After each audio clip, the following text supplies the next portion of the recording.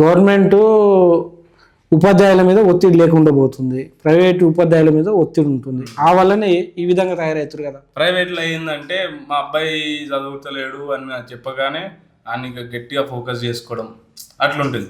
Government స్కూల్లో ఏంటంటే కొన్ని టీచర్స్ ఉన్నారు, బద్దకిచ్చేటోళ్ళు ఉన్నారు కాబట్టి స్టడీ విషయంలో కొంతమందికి పట్టించుకోలేరు. గవర్నమెంట్ స్కూళ్ళల్లో విద్యా వ్యవస్థ మంచిగా కావాలంటే మీరు ఏం చెప్పదలుచుకుంటారు? ఆల్రెడీ మరి రేవంత్ రెడ్డి గారు చెప్పారు కదన్న, గవర్నమెంట్ ఆఫీసర్ ఎవరైనా సరే అలా కొడుకుల్ని కానీ కూతుర్లు కానీ మనవరాళ్ళు కానీ మనవాళ్ళు కానీ ఏదున్నా సరే గవర్నమెంట్ స్కూల్లో జాయిన్ చేయాలి అని చెప్పారు. ఒకవేళ కంపల్సరీ అది అయిన వరకు అయ్యిందంటే 100% డెవలప్మెంట్ అయితే అయిపోతుంది. ప్రైవేట్ స్కూల్ కూడా తీసే పరిస్థితులు వచ్చేసి అప్పటికి. రాజకీయ నాయకుల పిల్లలు వద్దా గవర్నమెంట్ స్కూళ్ళలో? అది కంపల్సరీ డెవలప్ అవుతూ ఉంటే ఇప్పుడు ఏదైతే ఆఫీసర్లు అయితే వచ్చిర్రు అనుకున్నా కంపల్సరీ ప్రైవేట్ స్కూల్ గ్రాఫ్ పడిపోతుంది, మూత పడిపోతాయి. మూత పడిపోవడం దగ్గరకు వచ్చేసి అప్పుడు ఇంటర్నేషనల్ స్కూల్ ఇంకేడు ఉంటాయి.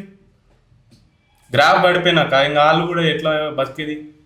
అట్లా కావాల్సినంత వరకు వీలైనంత వరకు అందరు గవర్నమెంట్ స్కూళ్ళలో కానీ గవర్నమెంట్ కాలేజీలో కానీ చదువుకుంటేనే నాణ్యతమైన చదువు ఉంటుంది. స్కిల్ డెవలప్మెంట్ ఏదున్నా సరే, మన స్పోర్ట్స్ కానీ ఏదున్నా సరే ఫస్ట్ గవర్నమెంట్ స్కూల్కి గవర్నమెంట్ కాలేజ్కి మాత్రమే ప్రిఫరెన్స్ ఇస్తారు.